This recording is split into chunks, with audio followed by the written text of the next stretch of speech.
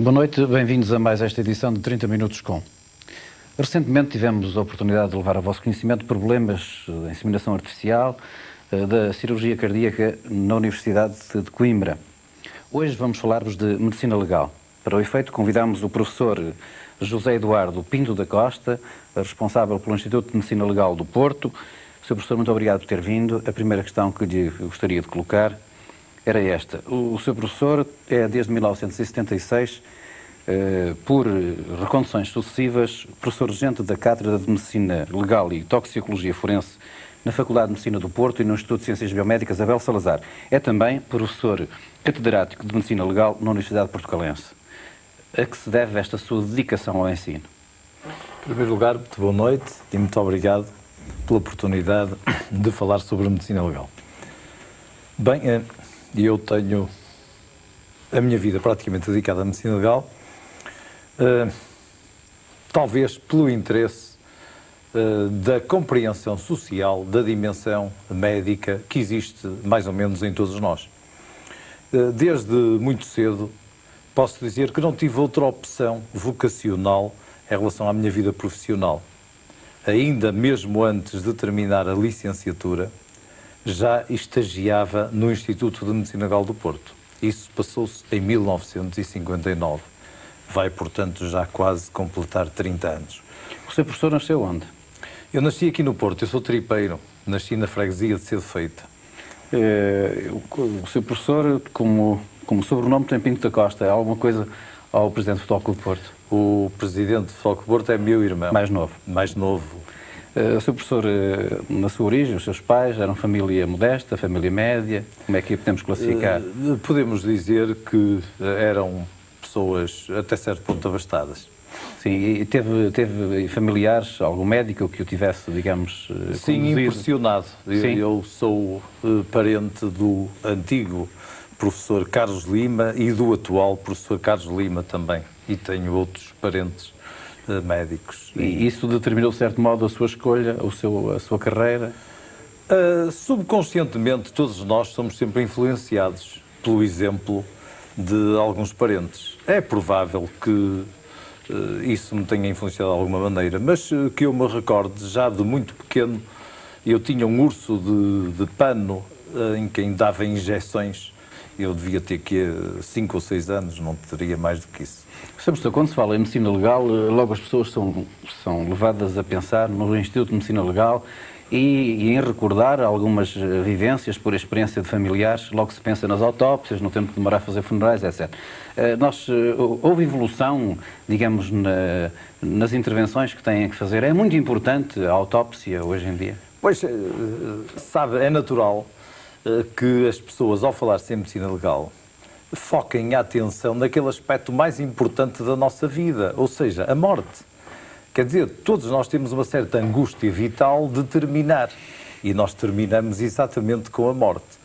Pois, todo o outro fenómeno do dia-a-dia passa mais ou menos despercebido. É por isso que se dá maior enfoque ao problema da morte quando se fala em medicina legal e não aos outros aspectos. Mas eu podia dizer-lhe que se nós, em alternativa, tivéssemos que responder à pergunta se tratava de uma medicina de mortos ou de medicina de vivos, eu diria que era de medicina de vivos. Porquê? Porque nós fazemos, em média, 1.200 autópsias por ano. E de vivos fazemos mais de 5.000 exames por ano. Ora bem, mas a medicina legal não é nem a medicina dos mortos, nem apenas a medicina dos vivos. É muito mais do que isso, que nós fazemos dezenas de milhares de análises respeitantes a muitos outros assuntos, médico-biológicos e até outros que nada têm que ver com a medicina nem com a biologia, mas sim num critério mais amplo de aplicação de critérios científicos às questões de direito. Refiro-me, por exemplo, às questões das impressões digitais, aos exames de pelos, de cabelos, à identificação das pessoas, aos exames de pólvoras, de armas, de fogo, etc. Sr. Professor, deixaríamos esses aspectos para um pouco mais para diante. Eu gostava de lhe pôr a questão. É muito importante uma autópsia? Ela é necessária, é absoluta, é indispensável? Em certos casos eu julgo que ela é indispensável, por variadíssimas razões. Quer no que se refere ao aspecto imediato do encontro da solução jurídica de um problema sobre o qual existe uma dúvida, quer até para o efeito do ensino.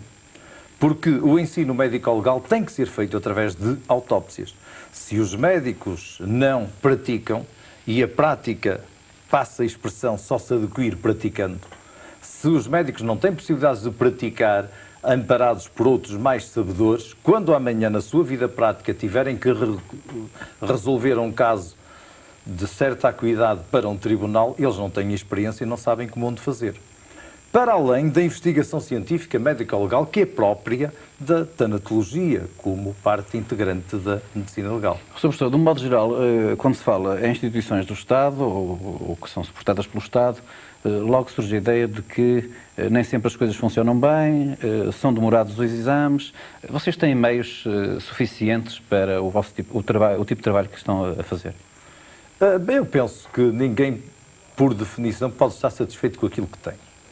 Digamos, a satisfação seria a negação do progresso em qualquer atitude intelectual, em qualquer atitude mental. Nós também não podemos estar satisfeitos. No entanto, com o esforço das pessoas, com a dedicação que vem sendo tradição na medicina legal, tem-se dado capacidades de resposta que às vezes parece impossível de se dar. É evidente que muito há que melhorar, mas o progresso alcançado nestes últimos anos e sobretudo em face da nova reforma dos serviços médico-legais dada à estampa no dia 29 de dezembro do ano passado e que entrou em vigor este ano, pois adivinham-se perspectivas muito promissoras e a resolver, pelo menos teoricamente, os problemas fundamentais do país. Sr. Professor, cotejando o programa da cadeira de Medicina Legal e Toxicologia Forense, eu gostava de lhe colocar algumas questões que estou convencido o grande público gostaria de ver respondidas. Uma das grandes questões que se pode colocar, no caso da clínica médico-legal, é o problema das ofensas corporais e da intenção de matar. Como é que o médico consegue discernir que houve, através de um sinal de uma ofensa corporal, poderá ter havido ou não intenção de matar? Se a intenção é uma questão, digamos, psicológica, pois e for o íntimo das pessoas. A intenção é um fenómeno meramente subjetivo. Portanto, nós não podemos adivinhar o que vai no íntimo dos outros. Da competência da medicina legal, de um modo geral, objetivar o mais possível todas as questões. Por exemplo, no que se refere à dor, a dor que eu posso eventualmente referir ou sentir é diferente da que o senhor também pode sentir em determinada ocasião. Mas há escalas, há determinados métodos indiretos para tentar avaliar se a dor será muito intensa, média ou será de menos importância.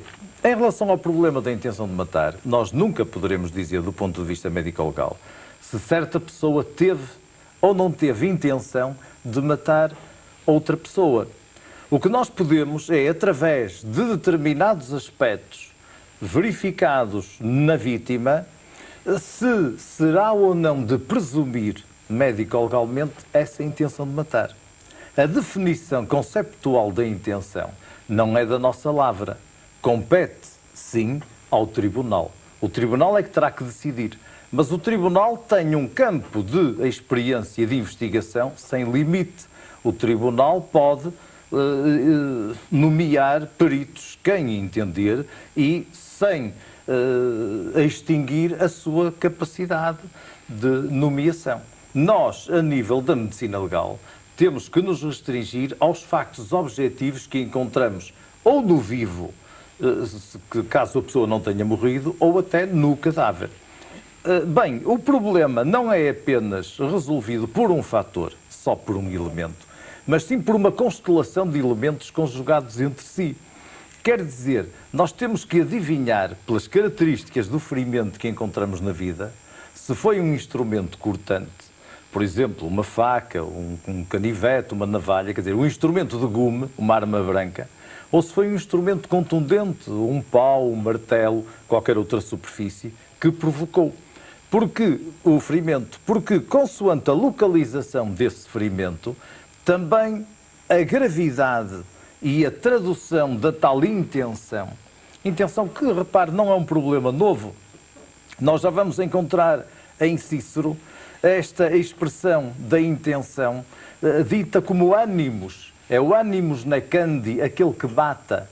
E Cícero, que empregou com inúmeros significados esta palavra de ânimo, alma, Vamos encontrar, sobretudo, a expressão de vontade, propósito.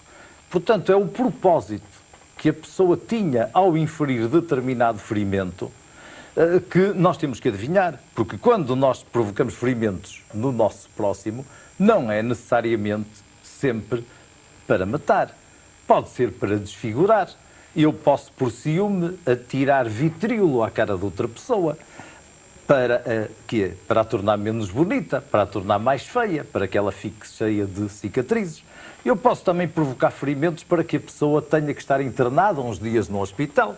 Eu posso provocar ferimentos, sei lá, numa pessoa para que não vá jogar futebol no domingo, apenas. Mas também posso provocar-lhe ferimentos para que essa pessoa venha a morrer desses ferimentos.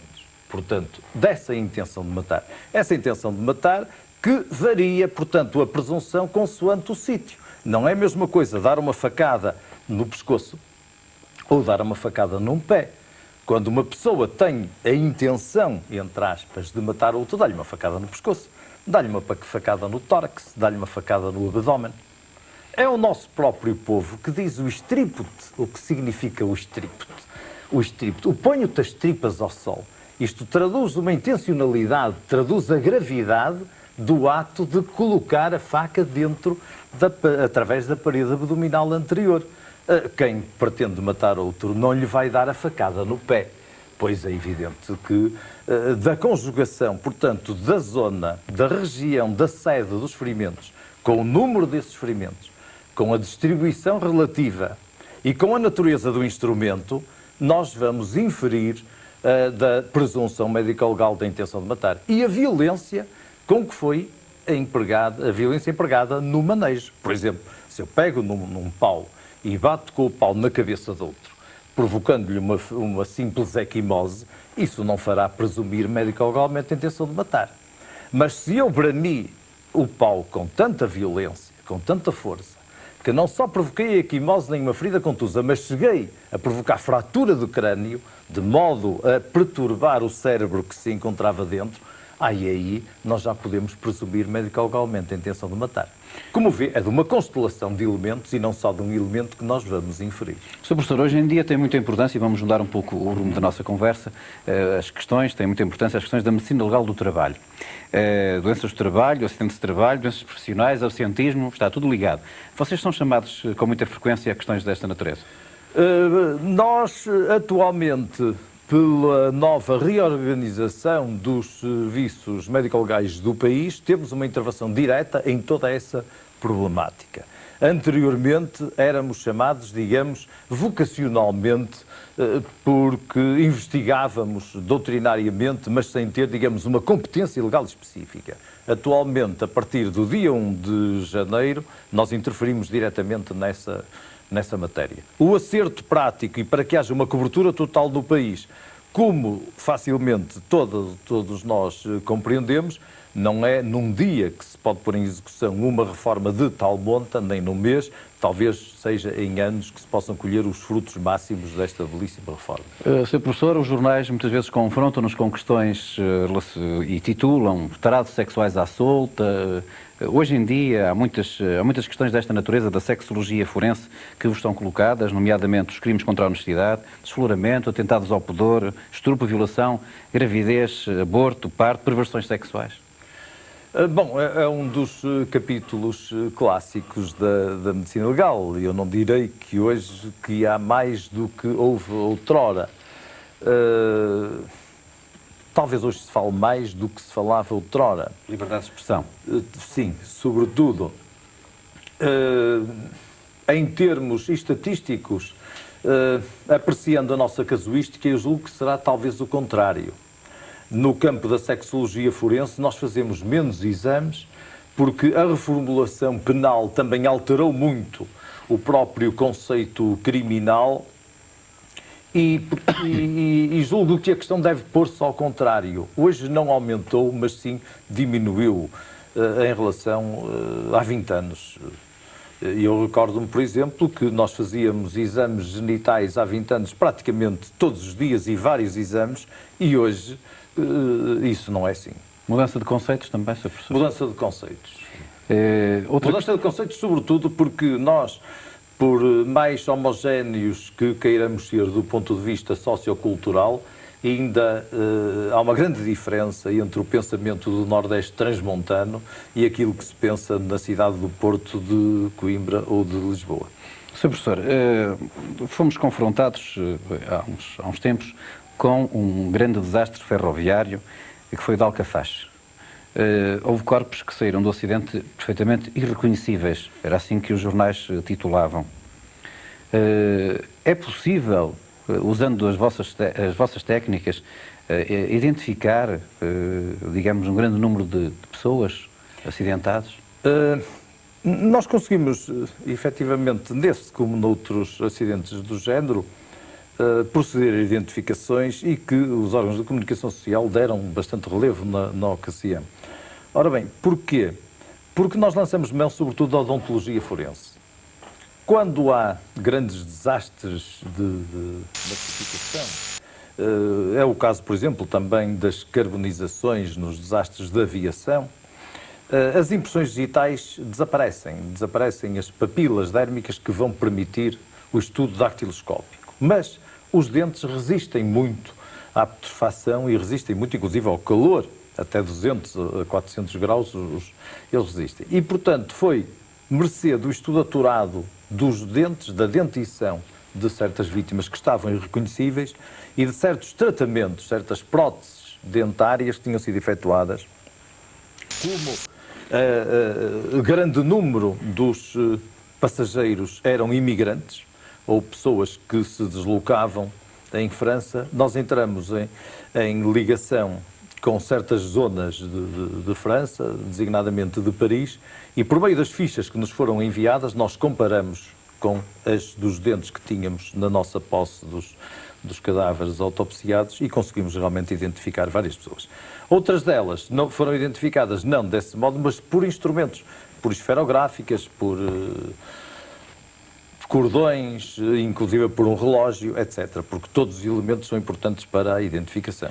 Sr. Professor, tenho ouvido referir que seria importante que cada português fizesse, digamos, uma análise aos seus dentes e fosse feita uma espécie de ficha da sua, digamos, da série dentária. Isto torna-se importante nesta perspectiva, não? Bem, nós não podemos dramatizar tanto a questão, mas do ponto de vista teórico, e eu já cheguei a escrever isso, facilitaria muito para efeitos de identificação prática se nós tivéssemos uma pequenina impressão quase microscópica nos dentes a referenciar-nos por um número, pela chancela do dentista ou qualquer outro sistema do género. Isso facilitava-nos imenso. Em termos comparativos, lá fora faz-se alguma coisa semelhante? Sim, na Inglaterra faz-se isso. Portanto, é perfeitamente possível identificar os ingleses? Sim, é possível. Sr. Professor, vamos então avançar agora numa outra questão. O senhor disse-me a princípio que a vossa atividade levaria à conclusão de que o Instituto de Medicina Legal não é um instituto da morte, mas um instituto da vida. Mas gostava de lhe pôr a questão da morte. Na sua perspectiva, quando é que se pode considerar que um indivíduo está morto? Bem, a morte não é um momento, a morte é um processo. Tem sido encarado este assunto de múltiplas maneiras desde todos os tempos. Só interrompendo para justificar a minha pergunta. É que hoje em dia, por exemplo, doentes ligados a máquinas de respiração assistida, muitas vezes há um grupo de médicos que é chamado a definir se ele realmente está morto ou se não está morto. E é por isso que lhe ponho a questão a si, que é digamos, uma personalidade ligada a estes problemas não só da medicina como da justiça.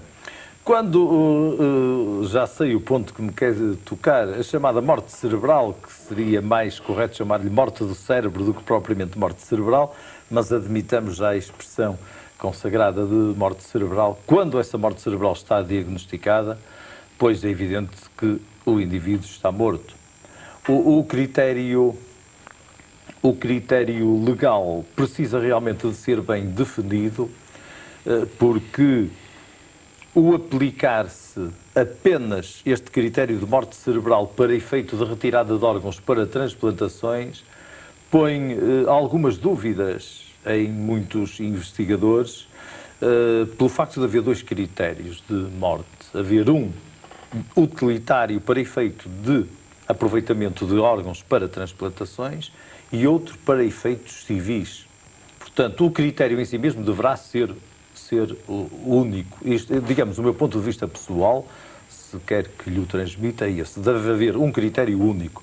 Se, efetivamente, nós definimos o critério de morte cerebral para efeitos civis, esse indivíduo morreu nesse momento. Portanto, todas as consequências jurídicas inerentes ao facto da data da morte estar assente, suponhamos, neste momento, às 5 horas da noite ou 6 do dia 20, por exemplo, pois então, efetivamente, toda a problemática inerente a companhias de seguros, a questões testamentárias, de herança, etc., deverão partir deste pressuposto. O indivíduo morreu a partir dessa data. Este é o meu ponto de vista, quer dizer, tem que haver uma uniformidade. Não me parece que seja aceitável, porque do ponto de vista jurídico é muito confusa, não será o momento agora de discutirmos isso, é muito confuso admitir que o indivíduo está morto para um efeito e está vivo para outros efeitos. Sr. Professor... De resto, qualquer critério serve, desde o momento, porque o critério de morte é artificial. Eu costumo dizer que nós começamos a morrer no momento em que nascemos. Mas muitas vezes, vocês nas vossas investigações, nos vossos relatórios, têm que probabilizar a hora da morte.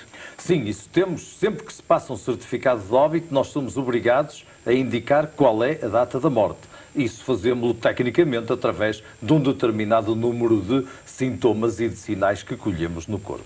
Sr. Professor, outra questão com muita atualidade é o problema da psiquiatria forense. Hoje em dia, os técnicos são chamados, em muitos casos, a dizer, a referir, a estudar, a investigar se um determinado indivíduo cometeu um determinado ato translocado, é assim que normalmente são classificados, se é imputável, se é responsável ou não é responsável pelo ato. São muito frequentes os vossos trabalhos neste campo? Pois, atualmente, os institutos de medicina legal possuem um serviço de psiquiatria forense, como possuem outros. Nós estamos diferenciados em 6 serviços, todos os institutos, pelo menos 6 serviços. Podemos ter outros além de 6, mas todos têm 6 serviços por lei e um deles é de psiquiatria forense. É claro que há uma tendência, há um consumismo de psiquiatria forense. Há, digamos, até mais, eu diria que há uma psiquiatrização do crime em si mesmo. O problema é para dilatar prazos? Já tem sido. Quer dizer, em certas ocasiões em que se verificou que a entrega dos relatórios estava um determinado número de anos atrasados, a maneira mais fácil processualmente de se obter uma dilatação do tempo era exatamente requisitar um exame às faculdades mentais. A grande questão, a grande dúvida que se põe, digamos isto para encurtar, está no diferendo que existe entre psiquiatria clínica de um lado e psiquiatria forense do outro. É que a psiquiatria clínica não é exatamente a mesma coisa que psiquiatria forense. Se nós vamos admitir como critério de anormalidade o praticar um crime, então seríamos forçados a aceitar a irresponsabilidade para efeitos jurídico-penais, em termos psiquiátricos forenses, de todo aquele que cometesse um crime. Isto seria a utopia, não é esse o caso. Quer dizer, tem que haver um determinado limite para a psiquiatria clínica e outro para efeitos jurídico-penais. Sr. Professor, nestes minutos poucos que nos faltam, eu gostaria que deixasse aos nossos telespectadores uma ideia da importância da medicina legal. Pois, a medicina legal é uma segurança que nós todos temos do ponto de vista social. Eu costumo dar o exemplo, por exemplo, da vantagem das autópsias em termos práticos para efeitos nos acidentes de viação. Pois, se não se provar que a pessoa morreu de acidente de viação, pode sempre contestar-se de que ela morreu de outra razão diferente do acidente de viação e, portanto, não será reparável, digamos, aquele valor inerente à morte provocada pelo acidente de viação. Este, por um lado. Por outro lado, toda a problemática da sexologia forense, pois as pessoas têm direito, digamos, à sua integridade sexual. Há uma utilidade prática, inclusive, digamos, se eu fosse agora a referir toda a utilidade prática, não sairíamos daqui tão cedo, mas vá lá, por exemplo, uma viúva, se quiser casar antes do prazo legal, pois submetendo-se a um exame médico-legal que determine que não se encontra grávida, ela pode casar legalmente antes do prazo, senão tem que aguardar o prazo legal para poder voltar a casar-se. Quer dizer, há pequeninas nuances da prática diária que nós só nos apercebemos da importância da medicina legal quando, na realidade, necessitamos dela. Sr. Professor, já para não lhe falar nas questões da hereditariedade, da pessoa saber se o filho ou não é filho ou não é, através dos exames sanguíneos. Professor, já agora em relação aos gêmeos, de um modo geral, às vezes nascem com pouco intervalo, às vezes há dúvidas de quem é que nasce primeiro. Isto tem importância também em formas testamentárias, etc? Pode ter, em certos casos, pode ter, consoante o testamento está feito. No caso, por exemplo, se o pai deixa, por exemplo, toda a sua fortuna ao filho que nasceu em primeiro lugar, pois o problema, o que nasce em primeiro lugar é aquele que é exteriorizado em primeiro lugar. Pode o testamento ser feito noutros moldes, ao que foi gerado em primeiro lugar. Aí o problema é mais complicado, porque, em regra, o que sai em primeiro lugar é o que foi gerado em segundo lugar. Sr. Professor, só mais uma questão. A importância, ao longo de todos estes anos, da Escola do Porto? A Escola do Porto, tradicionalmente, é muito importante na medicina legal. Podia citar-lhe muitos exemplos, vou citar-lhe só um. O Sr. Professor Francisco Coimbra, cujo centenário foi anunciado no passado dia 3, que ia ser comemorado a partir do próximo dia 1 de janeiro, ele foi professor dos professores catedráticos de Lisboa e de Coimbra e foi, digamos, uma pessoa extraordinariamente relevante na medicina legal portuguesa. E até o atual diretor do Instituto de Medicina Legal de Coimbra estagiou ainda com ele aqui no Porto. Se não fosse isto, para além da figura internacional que ele foi e que nós teremos para o ano possibilidade de mostrar ao público, eu julgo que isto chega para mostrar a relevância da Escola do Porto, sem falar nos antecessores dele, que também já foram pessoas que se destacaram. Sr. Professor, muito obrigado por ter vindo aqui há 30 minutos. Foi uma conversa com o professor José Eduardo Pinto da Costa, professor catedrático de Medicina Legal e Toxicologia Forense da Faculdade de Medicina do Porto, do Instituto de Ciências Biomédicas Abel Salazar e professor catedrático da Universidade Portucalense, presidente do Conselho Superior de Medicina Legal e responsável pelo Instituto de Medicina Legal do Porto. Boa noite e até uma próxima oportunidade.